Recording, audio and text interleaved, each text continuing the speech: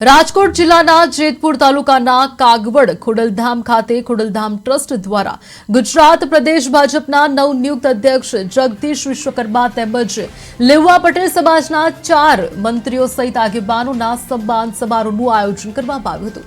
કાર્યક્રમના અધ્યક્ષ પદે રાજ્યના મુખ્યમંત્રી ભૂપેન્દ્ર પટેલ રહ્યા હતા। મુખ્યમંત્રી દ્વારા સૌપ્રથમમાં ખોડલના દર્શન કર્યા બાદ 121 દીકરીઓ દ્વારા ભવ્ય સ્વાગત કરવામાં આવ્યું। સમારોહમાં મુખ્યમંત્રીએ ભાષણમાં ખોડલધામની महत्ता पर भार मूक्यो અને કહ્યું કે ખોડલધામ માત્ર પાટીદાર જ નહીં પરંતુ સમગ્ર ગુજરાત અને સૌરાષ્ટ્રના શ્રદ્ધાળુઓ માટે આધ્યાત્મિક કેન્દ્ર છે। તેમણે નરેશ પટેલ અને તેમના ટ્રસ્ટની પ્રશંસા કરી અને કેન્સર હોસ્પિટલના નિર્માણની જાહેરાત પણ કરી છે। સન્માન સમારોહમાં કેબિનેટ મંત્રી જીતુ વાઘાણીએ સરકારના ખેડૂત સહાય કાર્યક્રમ અને ખોડલધામના સામાજિક કાર્ય વિશે માહિતી આપી।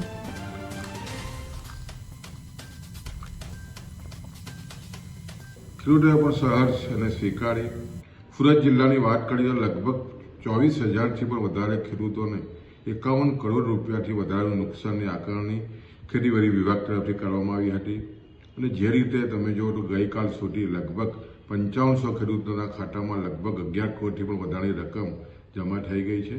ખેડૂતો પર ખૂબ જ રાજીપો છે અને આવનારા દિવસોમાં જે 19,000થી પણ વધારે ખેડૂતોના જે ફોર્મ ભરાયા છે એના પણ આવનારા દિવસોમાં આ મોટી રકમ મળવાની છે। ત્યારે ખેડૂતોએ પણ સહર્ષ અને સ્વીકારી સુરત જિલ્લાની વાત કરીએ તો લગભગ 24,000થી પણ વધારે ખેડૂતોને 51 કરોડ રૂપિયાથી વધારેનું નુકસાનની આકારણી ખેતીવાડી વિભાગ તરફથી કરવામાં આવી હતી અને જે રીતે તમે જુઓ તો ગઈકાલ સુધી લગભગ 5500 ખેડૂતોના ખાતામાં લગભગ 11 કરોડથી પણ વધારેની રકમ જમા થઈ ગઈ છે।